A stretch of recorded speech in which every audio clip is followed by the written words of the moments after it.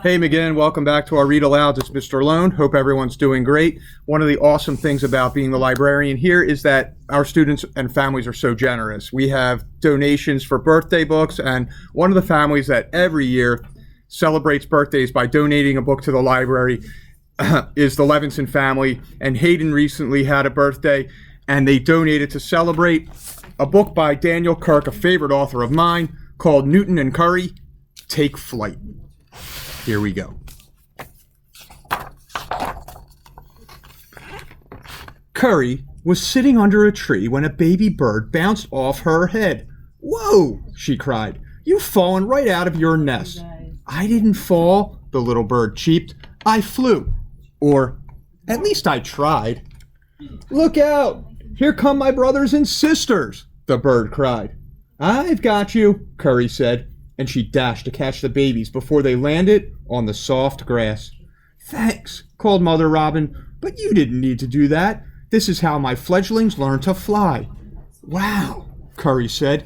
"Can you teach me to?"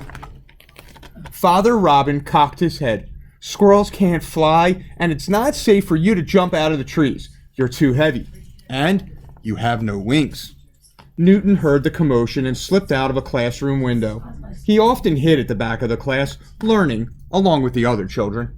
"Newton," Curie called to her big brother, "Mr. Robin said squirrels can't fly." "Well, just think of all the great things squirrels can do," Newton said. "But I really want to fly," Curie said, disappointed. "I want to see the world from up above the trees, like the birds. I bet it's wonderful.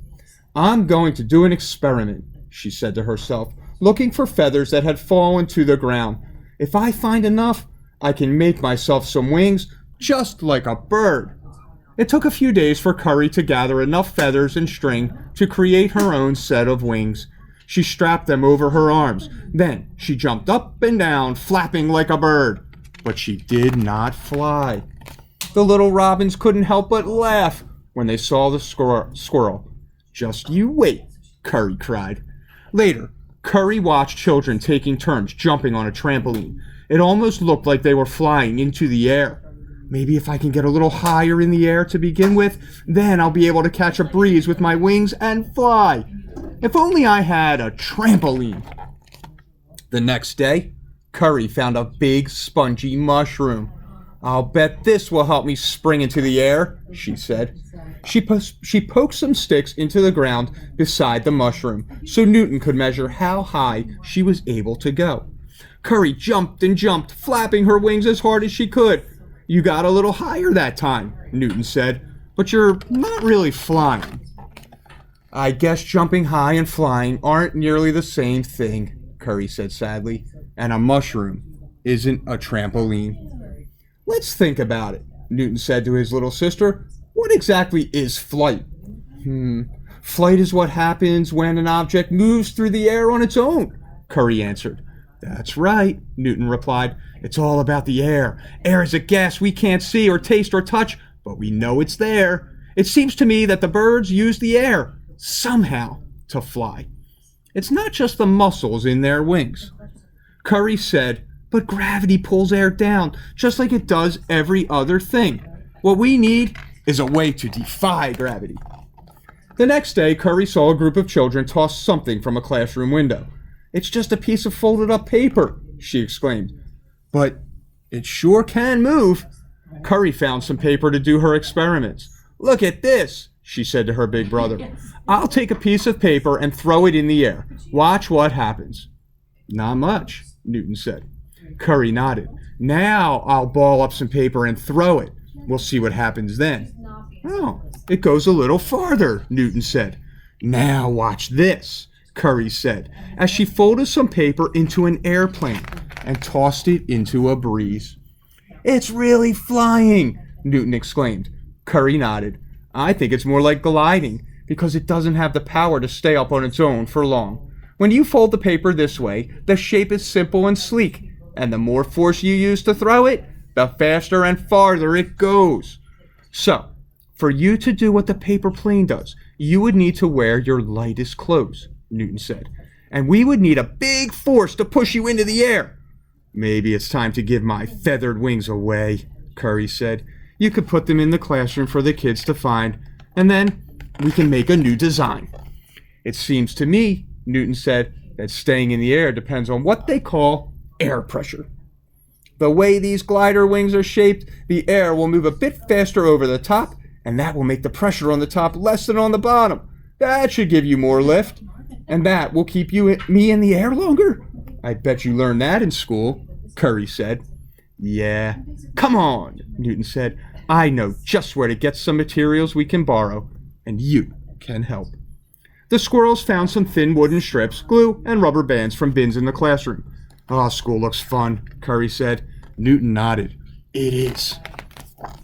Newton and Curie got to work building a glider based on their design. They also made their very own catapult. We've got a lever and a fulcrum, Newton said, and that's all you need for this simple machine. Curie put on her lightest clothes to wear for the flight.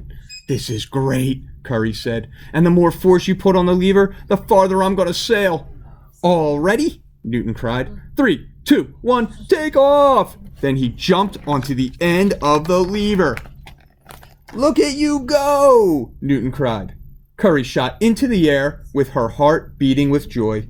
It wasn't bad for a first try, but down she went, tumbling to the ground. Whoa! She hollered.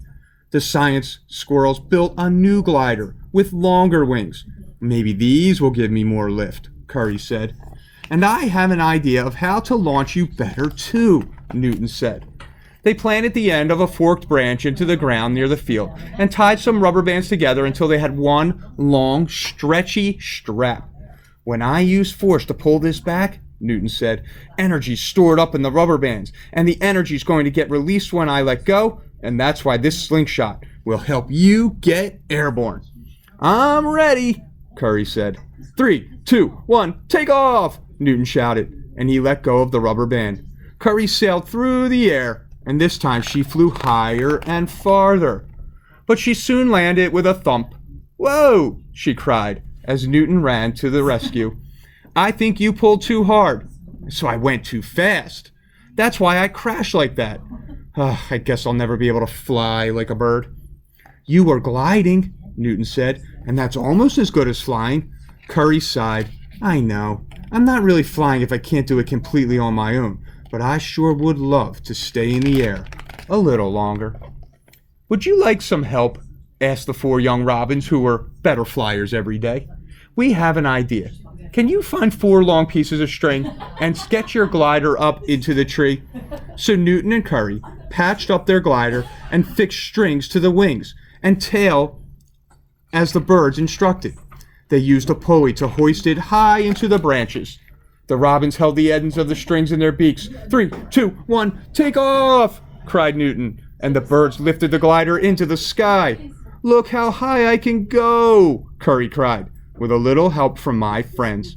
And when the birds let go of the string, Curie glided on the currents of air, and she sailed farther than she had ever gone before. So a squirrel might not be able to fly, Newton said as Curie safely landed, but with a little help, she sure can glide. She sure can, said Curie, with a little help from our friends and a little bit of science. You really did it, Newton said. I'm so proud of you. Curie grinned. Let's sneak our old gliders into the classroom and let's stay a while. I think I'm ready to go to school like you. And in the classroom the very next day. Look at these little models we found. Who do you think made them? Asked one of the students. I wish I had a glider big enough for me, said the classmate. Wouldn't it be great to fly? Boys and girls, I hope you enjoyed that story. The one thing I love about this little picture book is that it incorporates science. It teaches us a little bit about flight, but it mixes it in with just an awesome telling of a tale. And that's what stories can be all about sometimes. Daniel Kirk is just a terrific author, the Library Mouse series, bunch of other books. Thank you again to the Levinson family for donating. McGinn, you have an awesome night, and I'll see you soon.